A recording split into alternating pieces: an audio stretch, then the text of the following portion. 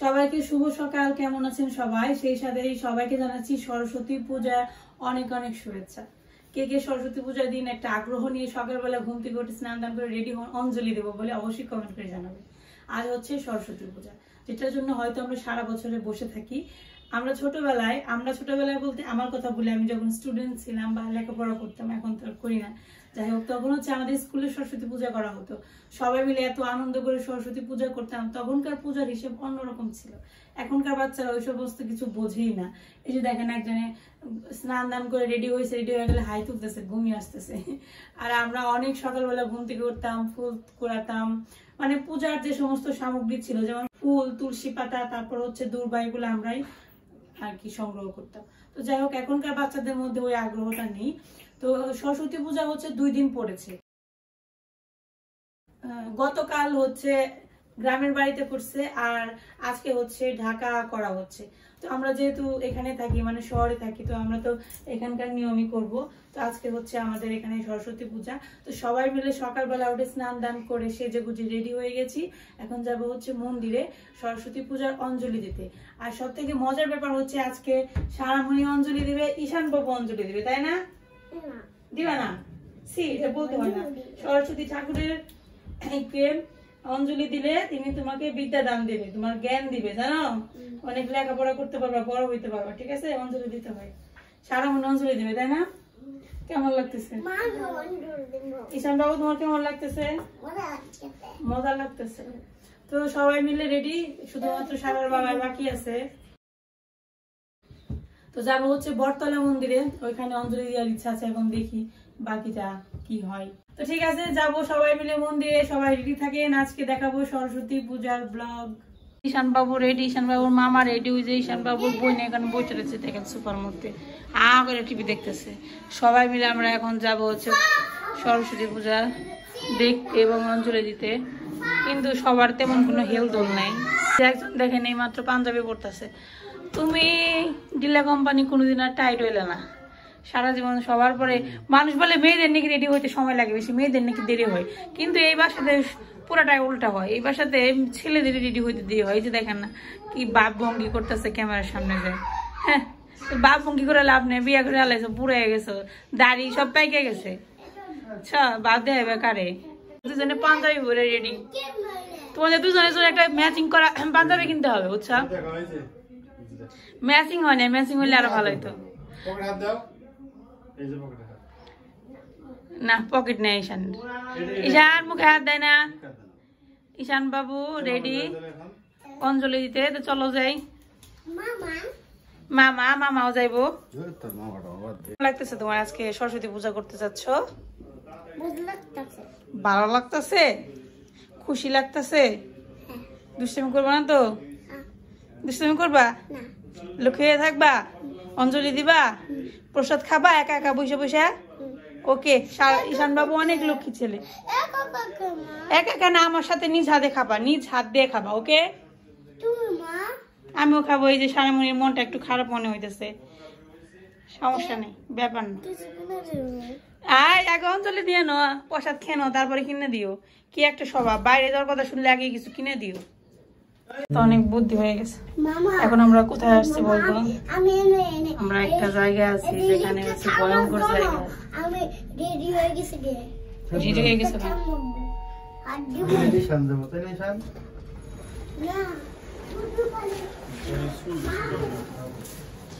নিচে নামলাম, এখানে মা আর অর্চি দাঁড়িয়ে রয়েছে আমাদের জন্য। ও, অর্চি সুন্দর একটা ড্রেস পরছে, সাদা ড্রেস। অমি সরকার কই? অমি সরকার গেছে গা। আর বাকিরা কই? তুই আগে হেনে দিবা রাতের হালে সব।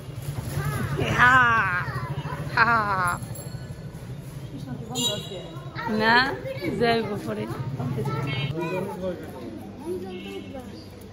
ওই সামনে একজন হয়ে পারবো। আমাদের সবজি বাজারে এসে পড়ছি, যেখানে আমরা প্রায় আসি। খালি রিক্সার সিরিয়াল। ঢাকা শহরে মানুষের টাকা আছে, খালি রিক্সায় চলে, দেখছেন? এইখানে পুরাটা রাস্তা খালি বাজার আর বাজার। সকালবেলা আসলে এত সুন্দর বাজার দেখতে পাওয়া যায় এখানে।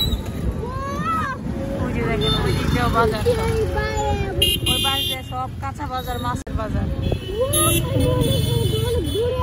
এই অঞ্জলি শুরু হয়ে গেছে মনে হয় সঙ্গীত কলেজে। কি শুনে দিয়ে দেন সকালবেলার রাস্তা দেখে কুয়াশা দেখে শীতকালের। আমরা এখন আসলাম শেরে বাংলা কৃষি বিশ্ববিদ্যালয়। এই গেট দিয়ে ঢুকতে হয় বটতলা মন্দিরে যাইতে হলে। মানুষ অঞ্জলি দিয়ে মনে যাইতেছে। অবশ্য অঞ্জলি তো তাড়াতাড়িও শুরু হয় না, আবার অনেক সময় দেখা যায় তাড়াতাড়ি শুরু হয়ে যায়। আগে কিন্তু গেটটা এরকম ছিল না, এখন অন্যরকম সিস্টেম করছে। আগে তো অল টাইম খোলা থাকতো। এখানেও সরস্বতী পূজা হয়, তবে এখানে তো আমরা কখনো দিই নাই। আমরা সবসময় বটতলা মন্দিরে। এই যে দেখেন কৃষি বিশ্ববিদ্যালয়।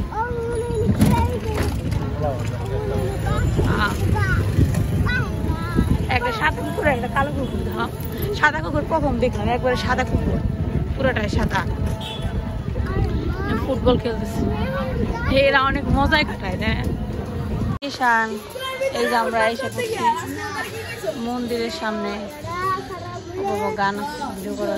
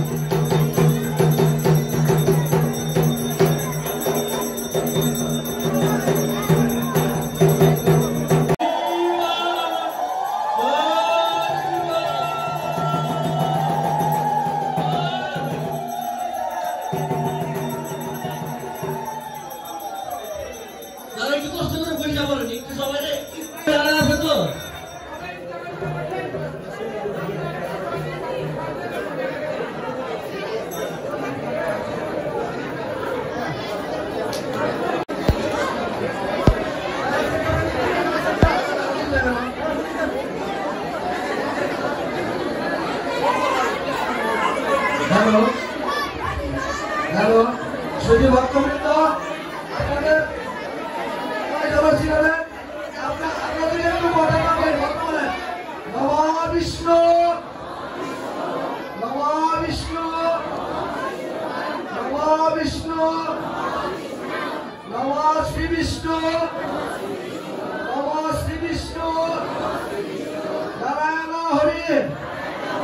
নমঃ অপবিত্র পবিত্র বা সর্বাবস্থান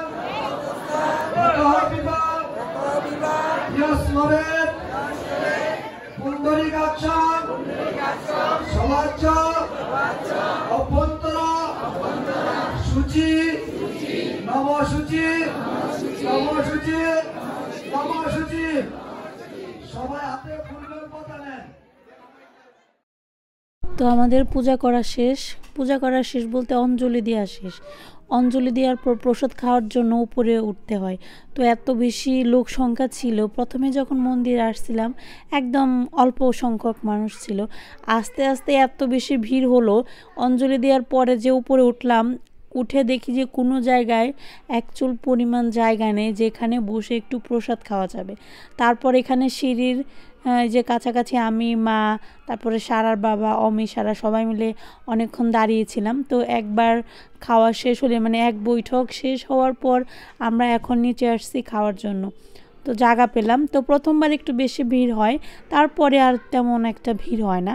তো প্রথমবার আবার দেখা যায় অনেকেই এক মন্দির থেকে আরেক মন্দিরে বেড়াতে যায়, এক জায়গায় থেকে আরেক জায়গায় আবার প্রসাদ খেতে যায়, বিভিন্ন জায়গায় আর কি ঘোরাফেরা করে। তো তারা দেখা যায় যে অঞ্জলি শেষ হওয়ার সাথে সাথে এত বেশি সবাই গ্যাঞ্জাম করে খাবার খাওয়ার জন্য, তখন একটু সমস্যা হয়। কিন্তু আস্তে আস্তে দেখা যায় যে 2-1 বার যখন হয়ে যায় খাওয়া, তখন আবার অনেক লোক সংখ্যা কমে যায়। তো এই যে প্রসাদ দিতেছে, তো এবারের আয়োজনে ছিল হচ্ছে খিচুড়ি, সবজি খিচুড়ি ছিল, তারপর হচ্ছে ফল ছিল। ওইরকম প্রত্যেকবার যেরকম করে সবজি খিচুড়ির সাথে আলাদা করে সবজি রান্না করে, মানে খিচুড়ির সাথে আলাদা সবজি।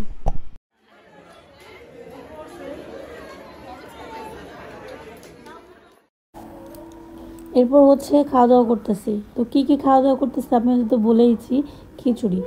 কে প্রসাদ খেতে পছন্দ করেন বা মন্দিরের খাবার পছন্দ করেন কমেন্ট করে জানাবেন। তো আমার কিন্তু মন্দিরের খাবার খেতে ভীষণ ভালো লাগে। মন্দিরে রান্না করলে নিরামিষ খাবার একটা সুন্দর ঘ্রাণ আসে, যেটা বাসায় করলে আসে না। খিচুড়িটা ভীষণ ভালো ছিল। আমার মেয়ে যে কিনা একদমই এই সমস্ত খাবার পছন্দ করে না, তাকে আজকে জোর করে বসিয়েছি খাওয়ানোর জন্য। বলেছি যে এটা প্রসাদ খেতেই হবে। তো খাওয়ার পর সে বলতেছে, মা খিচুড়িটা তো অনেক ভালো হয়েছে। মানে বুঝতেই পারতেছেন, একেই বলে ভগবানের কৃপা, ভগবানের প্রসাদ বলে কথা, ভালো না লাগার কিছুই নেই। এটা হচ্ছে কথাই বলে না অমৃত, সেরকম আসলে এত ভালো হয়েছিল খিচুড়িটা। এরপর নিচে আসলাম, ভাবলাম একটু মার দর্শন করে যাই, সরস্বতী মার। তারপর হচ্ছে এখন বাসায় চলে যাব। তো আমাদের অঞ্জলি দিয়ে খাওয়া দাওয়া শেষ করতে করতে 10:30টার মতো বেজে গিয়েছে। সরস্বতী পূজার অঞ্জলি দিয়ে আসলাম, প্রসাদ খেয়ে আসলাম। খিচুড়িটা এত মজা হয়েছিল, আসলে মজা হয়েছে না গো? আমার তো ভালো লাগছে। ঈশান তুমি খাইছো না? কেন? আর ঈশান অঞ্জলি দিছে কিন্তু এখন পর্যন্ত প্রসাদ পায়নি। আরে বেচারা রে। তো আমরা এখন বাসায় চলে যাবো। তো ভালোই কাটলো সকালটা, এখন পর্যন্ত দিন শেষ হয় নাই। বাসায় যে রান্না বান্না করতে হবে, কারণ এবারে পূজা একটু তাড়াতাড়ি হয়ে গেছে। তো অনেকবার দেখা যায় যে দুপুরে খাওয়া হয়ে যায়, এবার সকালে খাওয়া হয়েছে। দাদাও খাবা, এখানে তো দোকান নেই, দোকানটা পেয়ে নেই আগে। তো এখন বাসায় চলে যাবো। টাটা দেবো সবাইকে, টাটা।